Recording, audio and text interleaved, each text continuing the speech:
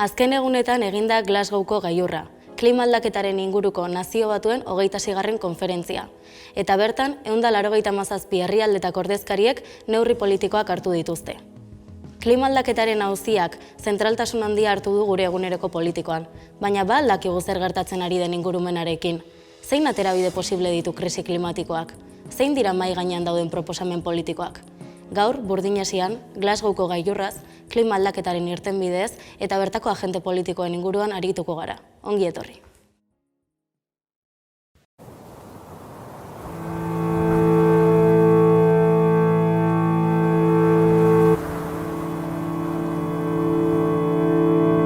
Europa está en guerra. Europa está en guerra. Estamos en guerra. Quien quiera paz, se prepare para guerra. We must act like any wartime. Nous sommes en guerre.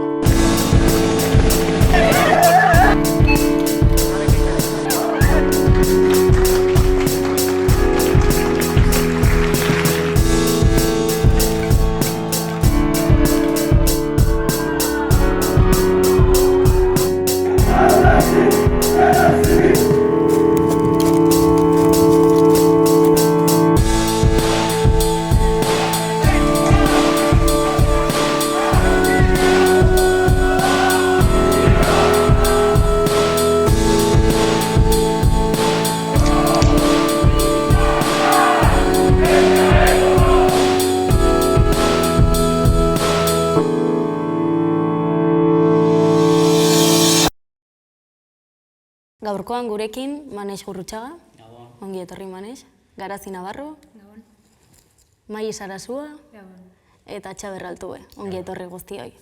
Tira, gai nagusian sartu aurretik, aktualitatean gaurkoan Itaia ekarriko dugu gurera. Itaiak azaroak 25. harira mobilizazioak deitu ditu eta ikus ditzagun utzi dituen oharrak. Indarkeria matxistak gora egiten ari da. Gizartea gero eta feministagoa da. Iritzi feministak zabaldua daude, politika feministak behin eta berriro planteatzen dituzte. Baina hala ere, indarkeria matxistak gora egiten du, eta forma berriak hartzen ari da. Horren aurrean, Itaiatik beharrezko ikusten dugu, emakume langileon sexualizazioa sakondu eta indarkeria matxista areagotzen duten instituzioak seinalatzea. Izan telebista, plataforma digitala, beraien gorputza kapital gisara erabiltzen duten emakume burgesak, komunikabideak, eta hori, indarkeria matxista betikotzen duen gizarte antolaketa kapitalista gainditzaren norabidean egingo dugu. Hau da, gizarte komunistan eraikitzaren bidean. Horren aurrean, azarako 25. Itaiatik hiriburuetan deitu ditugun mobilizazioetan parte hartzeko dei egiten dizuegu. Esan bezala, pasaden azaroaren 12an, ospatu zen Glasgowko gailurra, klima aldaketaren inguruko Nazio Batuen 26. konferentzia. Horren harira gaurkoan gurekin Mikel Izurieta izan dugu elkarrizketatua, eta klima aldaketaren eta Glasgowko gailurraren kontuari lotuta gaurkoan klima aldaketaren inguruan hitz egingo dugu. Horretarako, lehenik eta behin ikus dezagun zein izan diren Glasgowko gailurran hartu diren erabaki nagusiak.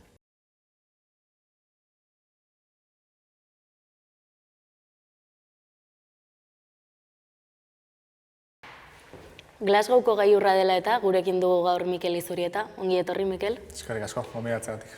Zuri etortzagatik. Fridays for Futureko ordezkari lanetan ikusi zaitugu, beraz baduzu ibilbidea klima aldaketaren aurkako borrokan.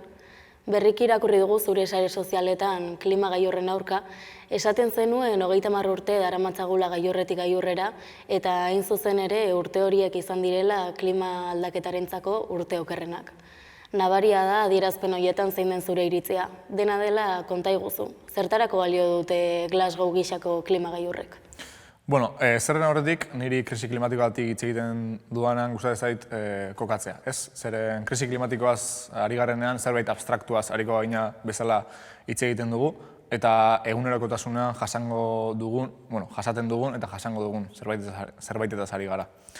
Beraz, ez da guk planeta maite dugulako edo zerbait abstraktua dagoelako atzean, baizik eta gure etorkizuneko bizi baldintzak jokoan daudelako ari gara gauzak exigitzen.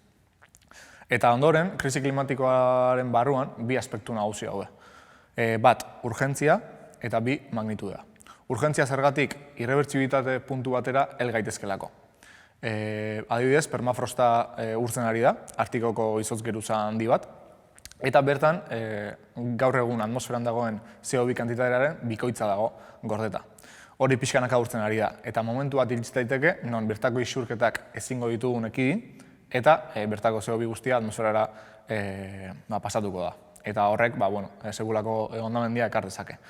Egoera horretan, hipotetiko horretan, 4 edo 6 graduko temperatura igoera jasan dezakegu mende amaierarako. Eta honek esan nahi du, egoera horretan, biztanleriaren 10% bakarrik biziarengo lukeela. Hau da, 7 bilioi pertsonak ezingo luketela biziren eta hil egingo liratekela. Osea, hau pixkat apokaliptikoa da, baina posibilitateen barruan kokatzen da. Egia da, ez dela derrigorrezkoa, hau gertatzea, eta ekin dezakegula. Helburua gure ekonomia deskarbonizatzea dela, esaten dute. Hau da, zero neto emisioetara heldu. Horretarako, 2025 urtera arte dugu emisioa murrizten hasteko. 2025 urtera arte ez bagara heltzen emisioa murrizten, 10 urte bakarrik izango ditugu hau lortzeko, eta hau ezinezkoa da 10 urtetan egitea. Beraz, errealitatea dena da, ekidin daitekela. Baina gaur egungo goibilera hauetan eta politikariek eta agintariek hartutako erabakien arabera, 2 eta 2,7 graduko temperatura baten kokatzen gara mende amaierarako. Honek esan nahi du, ez dakigula ekosistemek nola erantzungo dieten horren temperatura aldaketa handi bati horren denbora gutxian. Eta beraz, ezin dugula aurre ikusi zer gertatuko den. Adituek diote, sekulako hondamendia gertalitekeela, hau da, elikagai krisiak, errefuxiatu klimatikoak, itsas mailaren igoera, desertifikazioa, suteak, errealitate oso ankerra. Baina, ekin dezakegu. Ez duguna lortuko ekiditea da gailur hauekin. Lehen esan bezala, 30 urte daramatzagu, Rio 82tik Glasgow 2008 batera, gailur hauek egiten, eta erantzuna da krisi klimatikoa eta gailurren arteko erlazioa zuzenki proportzionala dela, negatiboki, klaro. Gero eta gailur gehiago, krisi klimatikoaren egoera, gero eta okerragoa. Historikoki, 30 urte hauetan, gehiago kutsatu dugu, gizakiaren historia osoan zehar baino. Beraz, horrek garbi uzten du, gailur hauek ez dutela ezertarako balio. Eta are gehiago, publizitate eventu bat direla. Niri asko inpaktatu zidan aurreko urtean, COP25 Madrilen izan zen, eta Endesak, egunkari ospetsuetako azal guztiak erosi zituen, El Periódico, ABC, El Mundo, La Razón, ikusgai daude, eta COP25-aren lehenengo egunean, titular bat jarri zuen, Endesa será el líder en la transición a una sociedad sin energías fósiles. Eta bitartean, Endesa gehien kutsatzen zuen enpresa zen Espainian. Hau da, publizitate eventu ikaragarria dira, eta ez dute eraginkortasunik. Aipatu dugu lehen Fridays for Futureko ordezkari lanetan jardun zarela, eta hain zuzen ere diozu forma antolatuan egin behar zaiela aurre arazo hauei. Dena den, ikusten dugu nola auzi hauetan, normalean gizabanakoaren gain jartzen den ardura eta baita egin beharrak ere. Kontzientziazio politika kanpaina guztiak ere norabide horretatik joaten dira. Konta iguzu zure esperientziatik zein diren mugimendu ekologistek egiten duten politika? Mugimendu ekologista asko daude, batzuk zuhaitzak bezarkatzera dedikatzen dira, beste batzuk kaleetan aldarrikapena egitera. Orain momentuan mainstream direnak bi dira, Fridays for Future eta Extinction Rebellion. Ni neu Fridays for Future egon nintzen, eta ordezkari bezala Lausanen izan nintzen, beste 400 pertsonarekin batera, Fridays for Futureko lehenengo batzar Europarrean. Eta bertan 7 egun pasaren nituen, bilerak, tailerrak, batzarrak eta abar eginez, eta heldu zen erabaki bakarra, zen 1,5 graduko temperatura bermatzea, justizia klimatikoa bermatzea, eta zientziari entzutea. Hau izan ziren, lortu izan ziren 3 erabaki bakarrak. Hau da, nire ustez, prozesu honen ondoren, ja da 2 urte pasa dira, mugimendu hauek ez daukate estrategia politikorik. Beraz, hauen eraldaketa potentziala ia nuloa da. Esaten dutena da, politikariei exigetu behar diegula, zientziari entzun diezageten. Baina politikariek badakite, zientziak zer esaten duten.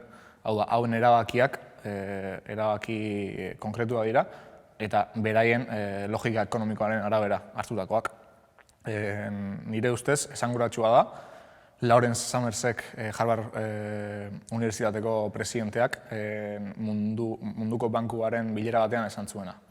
Bere ustez, Afrikako herrialdeak infrakutsatua daude. Zergatik, logika ekonomikaren kontra doazelako. Hau da, askoz logika ekonomiko gehiago du herrialde azpigaratuetan kutsatzeak, non bizi baldintza okerragoa diren eta beraz biziaren iraupena mugatua den, non herrialde garatuetan baino. Esaten zuena da, okerragoa isurketa hauek herrialde garatuetan egitea, non jendea bizi daiteken prostatako kantzera izatera, herrialde azpigaratuetan egitea baino, non jendea ez den helduko prostatako kantzera izatera. Hau da beraien logika ekonomikoa. Beraiek badakite zientziak zer errazten duen, oso ondo dakite, zer eragin dituen, baina beraien erabakiak logika baten pasatzen dira. Eta Fridays for Future bezalako mugimenduak planteatzen dutena da presioa, aldarrikapenak egitea. Baina benetan, ze mekanismo real dauzkate presionatzeko politikariak. 4 urtean behin bozkatzea, kaleetan manifestatzea egin beharra dago, baina estrategia politiko baten barnean izan behar du. Hau da, oraingo garaituko duen estrategia baten atzean, ez dauka zentzurik. Eta komentatzen duzun bigarren nauzia gizabanakoarena da. Azkenean pixu handia jartzen diogu gizabanakoari, ez erosi plastikoak ez kutsatu eta bar, non benetan arazoa sistemikoa den.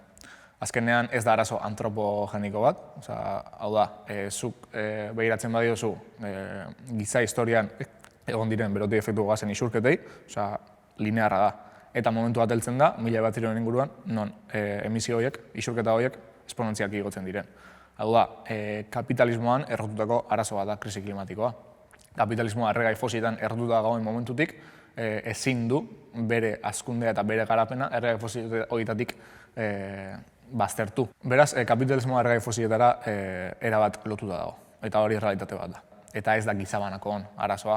Adibidez, 1,5 graduko helburua da, helburu hoberena, Parisko akordioaren arabera. 2 gradukoa da akordioa, baina esaten dute, ea 1,5 heltzen garen, ea, bai, ea.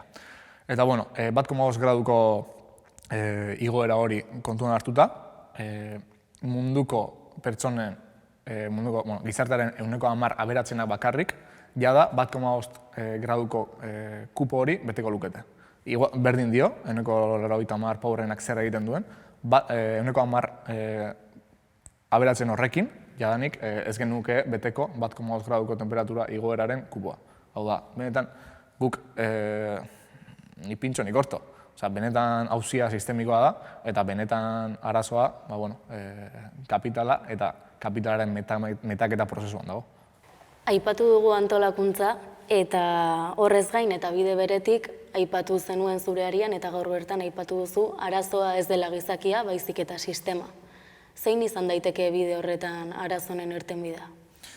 Gero eta gehiago ari da mamitzen teknologiak salbatuko gaitueraren ustea, ez? Elon Musk bera, Twitterren, horren dela gautxi esan zuen, 100 milioi euro emango zizkiola karbonoa harrapatzen duen teknologiarik hoberenari, ez?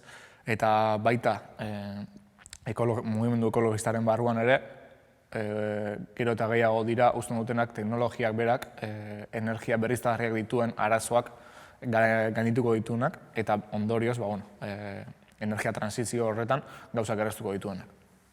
Errealitatea horrea da kapitalismoak arau batzu dituela. Eta arau horiek gure beharren erabat kontra esanean daude. Beraz, ezin diogu sistema kapitalista batean krisi klimatikoari erantzun global eta efikaz bat eman. Hau da errealitatea. Teknologia teknologia erabili beharrekoa da, baina teknologiak per se ez du larrialdi hau hobetuko. Beraz, lortu behar duguna gizartearen transformazio bat da. Hau da, sistema kapitalistari alternatiba bat sortu. Eta alternatiba historiko hori, frogatutago alternatiba historiko bakarra sozialismoa da. Beraz, lortu behar duguna da gizarte razional, demokratiko, eta ingurumenarekin errespetutxua den gizarte bat. Eta horretarako estrategia bat jarraitu behar du. Beraz, teknologia estrategia honetara subordinatuta egon behar du. Helburua ez da teknologia garatzea, baizik eta gizarte hori garatzea. Eta batik bat, agian ez ditugulako behar 8 pantalla, edo agian mobilitate aldaketa handi bat jasan behar dugula. Asuntua da ordea, eraldaketa sakon bat egon behar duela, transformazio kultural, politiko eta sozial integral bat, non gure beharrak asebete ditzakegun teknologiaren bitartez, baina hemen pixua gure beharrek dute. Eraldaketa hau sozialismoaren bidetik bakarrik etor daiteke. Energia iturriek berriztagarriek ezin dute beste dominazio sistema bat ezarri. Gaur egun energia iturri fosilek egiten duten bezala. Lortu behar duguna da aldaketa sakon bat hori garaituko duena. Eta bukatzeko, aurreko letun zita bat ekarriet, egokile irutu zaitelako, egoera honentzako, eta Gramsciren zita bat da, eta esateu, hay que pensar con el pesimismo de la razón, pero actuar con el optimismo de la voluntad. El socialismo es la esperanza. Ez da, emateu arlontan, krisi klimatikun arlun, dana galduta dola, borroka galduta dola. Baina, nik uste igual momentu historiko perfektuen gaudela, eraldaketa sakon batzuk eragiteko, ez?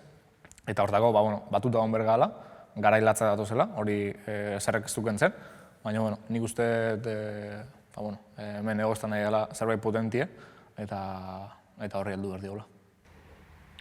Eskerrik asko, Mikel, etortzeagatik eta zure denboragatik eta beste bat arte. Zegoei, eskerrik asko. Elementu asko daude hemen mai gaineratzeko, baina berotzen hasteko agian has gaitezke hitz egiten, erabaki diren neurrien eta neurri horiek errealki izan dituzten ondorioen inguruan. Izan ere, hemen zerbaitek atentzioa deitzen badu, hori adostu denaren eta ondoren aurkitzen dugun errealitatearen arteko ezberdintasuna da. Hau da, helburu batzuk ezartzen dira, konpromezu batzuk hartzen dira, baina Mikelek aipatu duen moduan aurreko elkarrizketan, ondorio horiek okorrerako joera izan dute azken aldian. Nola ikusten duzu gauzia zuek? Nik uste dut argi dagoela ikusi dugu egon direla hainbat eta hainbat gailur eta egoerak okerrera egin duela, baina proportzionalki. Eta Pariseko hori izan zen 2015ko hori mugarri, eta hor jarri zen 1,5ko helburu hori, esanaz igoko balitz planetaren beroketa 2 gradutara, oso arriskutsua litzatekela. Orduan 1,5ean jarri zen helburua, eta ikusten dugu, eta berez esan zen, 21. mendearen erdialdera helburua litzakela karbono neutraltasuna, zeroan gelditzea. Baina ez dira neurri zehatzak hartzen, ez dira gainera lotesleak hartzen diren erabakiak gailur hauetan. Orduan herrialde bakoitzak helburutzat daukana da, ordu artekoak baino neurri zorrotzagoak hartzea hori. Bai, nik horri lotuta eta Maik esateunakin batea, lerroburu bat edo, lerroburu nagusi bat eman marko ganio Glasgowko konferentzia honi eta guain arte hondian protokolo eta kongresu eta dinamika guzti izango nuke antzerki handi baten aurren gaudela.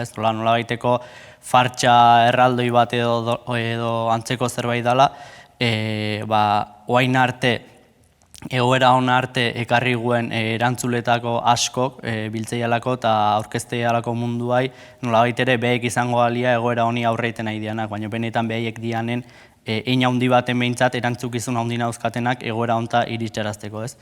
Eta antzerki erraldoi hortan baita ere sartuko nituzke, bai alde batetikan agintari hauek, kongresu hauetan parte hartzeunak, baita ere burgesia bea aurkezten nahi dena guain trantsizio ekologikoan ordezkari lidergotza bezala, baina baita ere oligarkian txontxongio bihurtuan Greta Thunberg eta figura hobea, ezta?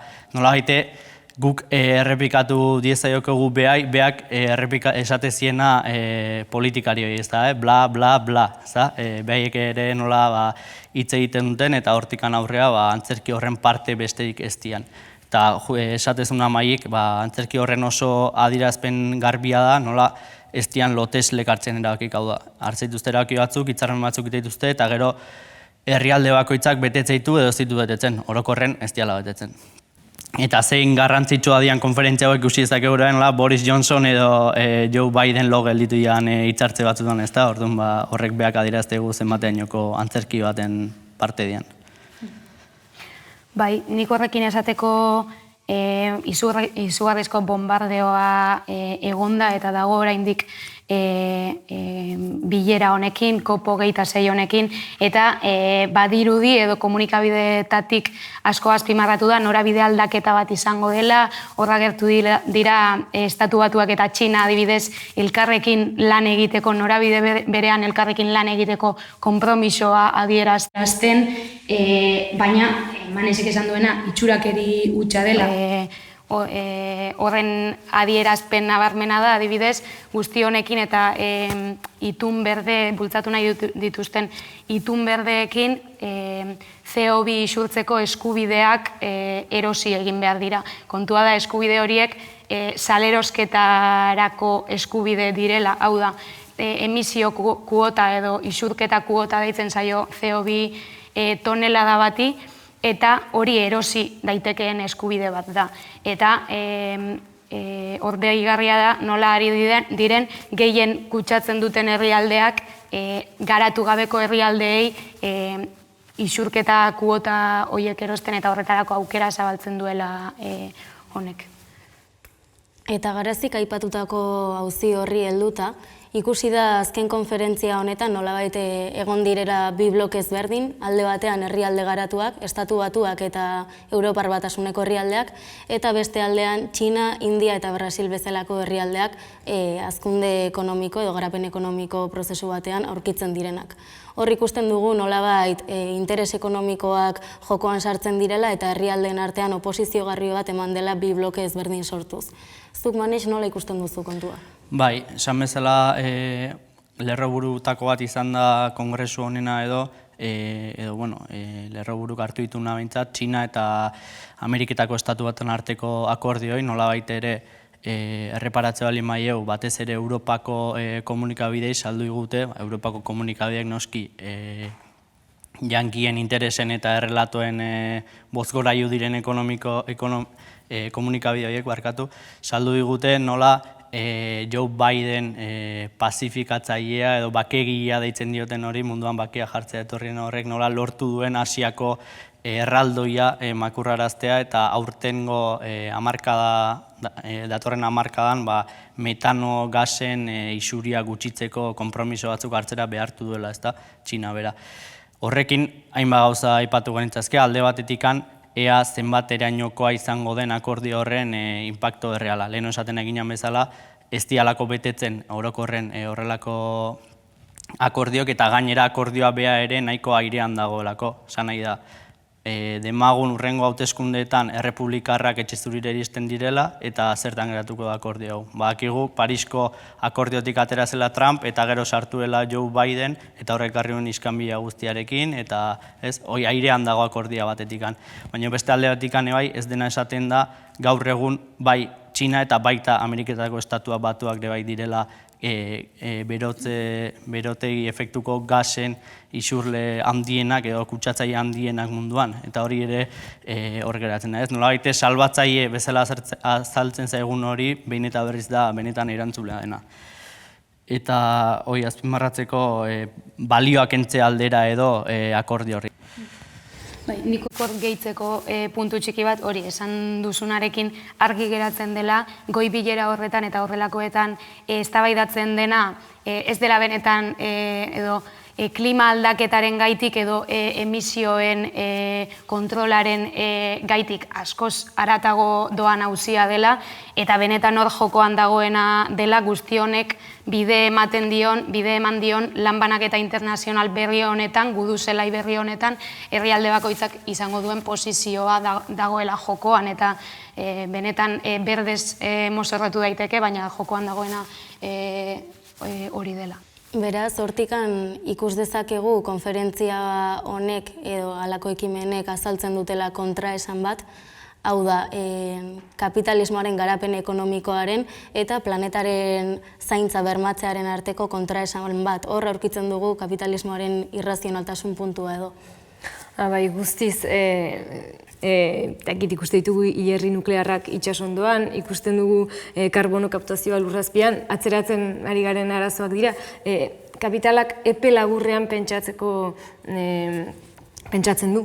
Ezin ditu sakrifikatu edo bere halakoan dirua eman dieza joketen horiek. Eta hortan ikusten dugu irrazionaltasun hori, eta bereziki ikusten dugu berez biztanleriarentzat edo langileriarentzat erreprodukziorako behar ditugun, bizitzeko behar ditugun gauzak ekoizteak dauka zentzua, baina kapitalarentzat ez.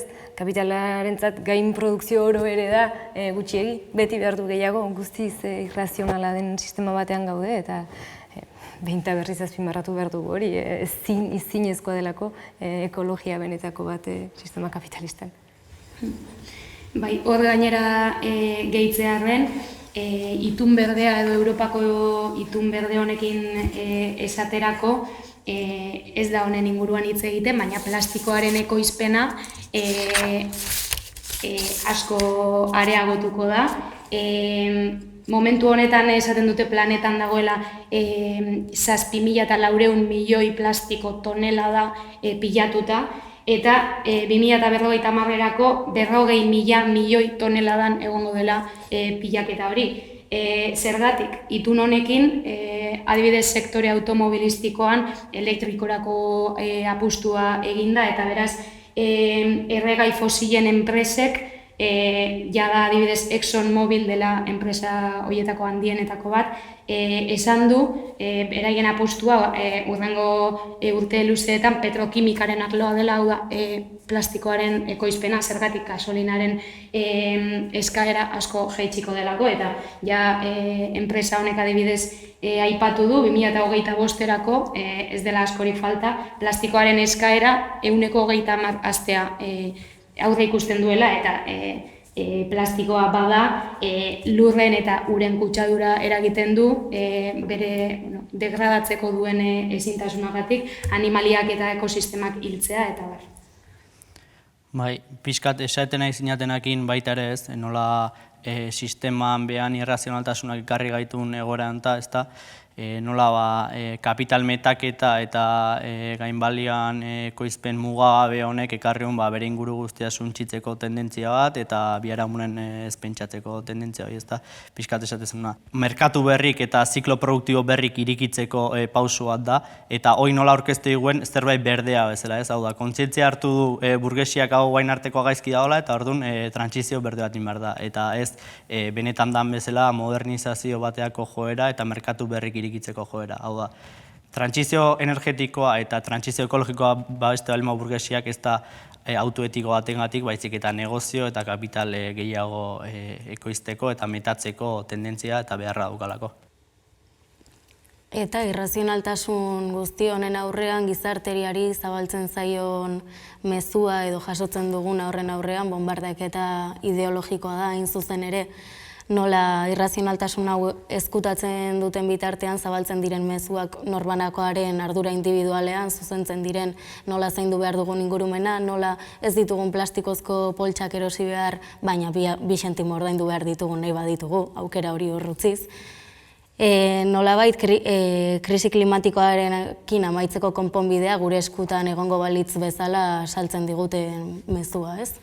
Are gehiago, Glasgowko gailurrari berari egin zaion kritika handiena edo jendetsuena ere ikuspuntu moral batetik egin zaio, hau da, Glasgown bertan izan diren mobilizazioak egun hauetan, beraien aldarren nagusia izan da sistema aldaketa eta justizia klimatikoa. Hala ere, sistema aldaketa aldarrikatzen dutenean, ez dute zehazki sistema kapitalistaren aldaketa bat aldarrikatzen, sistema identifikatzen dute gizakiok naturarekiko dugun harremanarekin, eta hain zuzen ere ahazten dute sistema edo nahi bada gizarte eredua ez dela gizakiok naturarekiko dugun harremanean oinarritzen, baizik eta gizakiok gizakion artean ditugun harremanekiko harremanen ereduan markatu. Hau da, momentu batean komenigarri bazaio etekin ekonomikoak ateratzeko trantsizio energetiko bat gertatzea,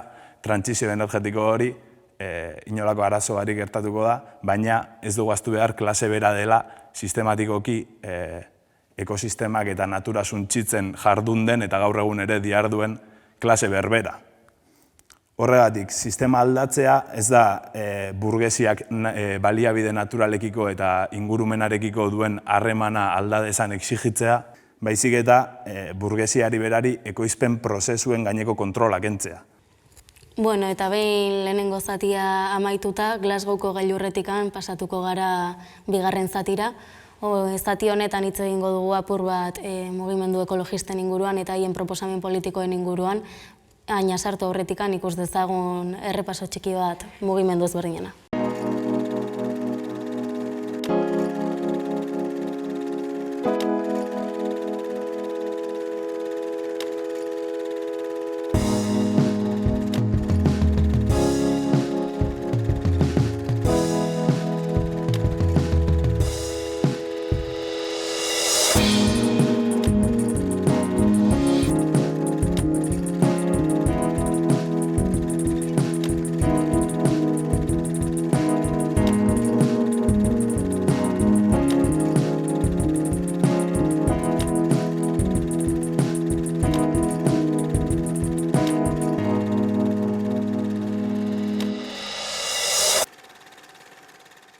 Bueno, eta problematika honen aurrean badira antolatu eta mobilizatu diren sektoreak, hain zuzen ere mugimendu ekologista bezala ezagutu duguna.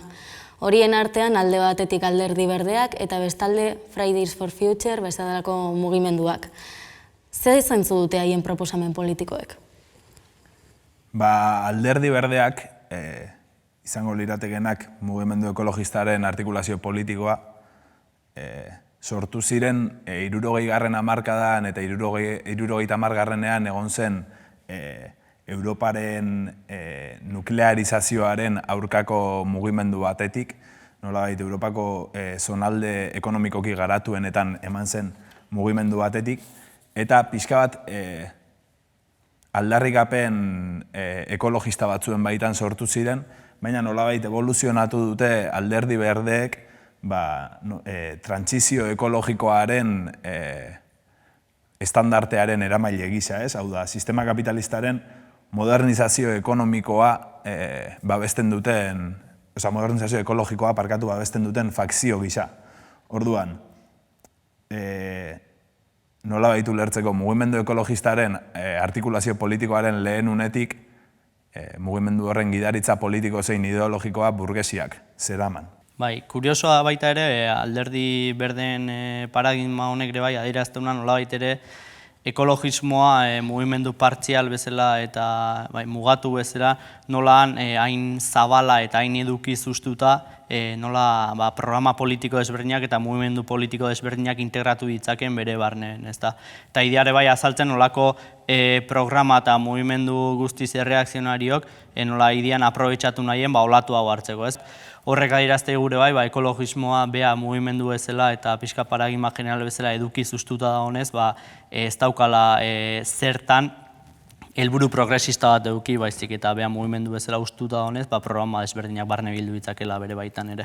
Horrekin lotuta, ez da kasualitatea hain zuzen ere ekologismoaren estandartea eman dioten giza sektorea gazteriaren sektorea izatea, nolabait kapitalismoaren modernizazio batekin lotuta, Greta Thunberg bezalako irudiak edo elementuak ez, gaztetasunarekin lotzen direna, modernizazioarekin lotzen direnak, eta hain zuzen ere Fridays for Future bezalako ekimenek modernizazio bikoitz bat, esango nuke dakartela kapitalismoan. Alde batetik modernizazio kultural bat, hau da, trantsizio ekologikoaren beharritzana mahaigaineratzen dute, eta hori egiten dute kapitalari trantsizio ekologikoa erabilgarri zaion, erraminta erabilgarri zaion garai batean hain zuzen, eta gainera mahaigaineratzen dute barkatu urgentziaren ideia batekin. Hau da, trantsizio ekologikoa urgentziatzat saltzen da, eta orduan langile klasearen bizi baldintzen okertze sistematiko bat justifikatuta dago ongi nagusiago baten izenean, ez? Planetaren biziraupenaren izenean. Eta nik heltzeko pixkate aipatu duzun puntu bati, esan duzu urrengo akumulazio zikloari prestatzerako bidean edo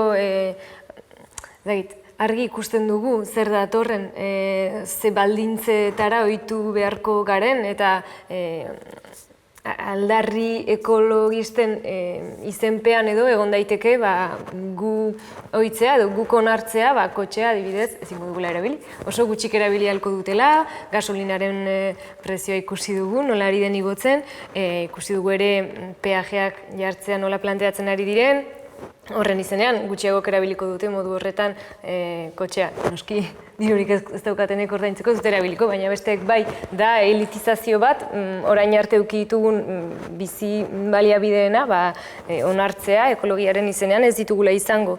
Bai, ja hori adibidez ikusten ari gara, argindarraren prezioarekin, gasolinaren prezioarekin, nola CO2 isurketen eskubide hauek ekoizpen kate osoen gastuak edo kostuak igotzen dituzten, eta azkenean gertatzen ari dena da lanaren errentetatik kapitalerako transferentzia masibo bat, gero eta handiagoa dena, beraz izango gara pobreak, baina pobre ekologistak, behintzat hori da guzti honen joera, ez? Ez dakit, eta gero gustatuko litzaidake bai Txaberrek aipatu duenaren ildotik, eta lehen ikusi dugun elkarrizketako Mikel Izurietak aipatzen zuen, ez? Estrategia politikorik ezak azkenean mugimendu ekologista ezintasun batera, edo benetan bere helburuak erdietsi ezin izatera daramala, esango nuke gainera estrategia politiko horrek nolakotasun konkretu bat izan behar duela, aldarrikapena bera zilegi da, sintomak nabariak dira, sarraski bat gertatzen ari da planetan, eta hori nabaria da, eta hori ez dugu ukatzen, baina kontua da, edo arazoa dago, sintoma horiek konpondu nahi badira, kausa zuzenean atakatu gabe edo alde batetik ezinezkoa da, eta ez da reala hori, ezin da, eta beste alde batetik mugimendu horiek egongo lirateke kapitalismoaren erreprodukzio bat edo modernizazio bat bultzatzen. Beraz, kausa hori edo ekoizpen eredu kapitalista den edo sistema kapitalista den osotasun hori garaituko duen edo horri aurre egingo dion beste osotasun bat eraikitzean datza egin beharra, eta ez arazo partziala konpontzeko proposamenak egitean, horrela ez direla konponduko, ez? Bueno, eta honekin amaituko dugu, hon arte gaurko hausnarketak, eskerrik asko zuei etortzeagatik, eta beste bat artea.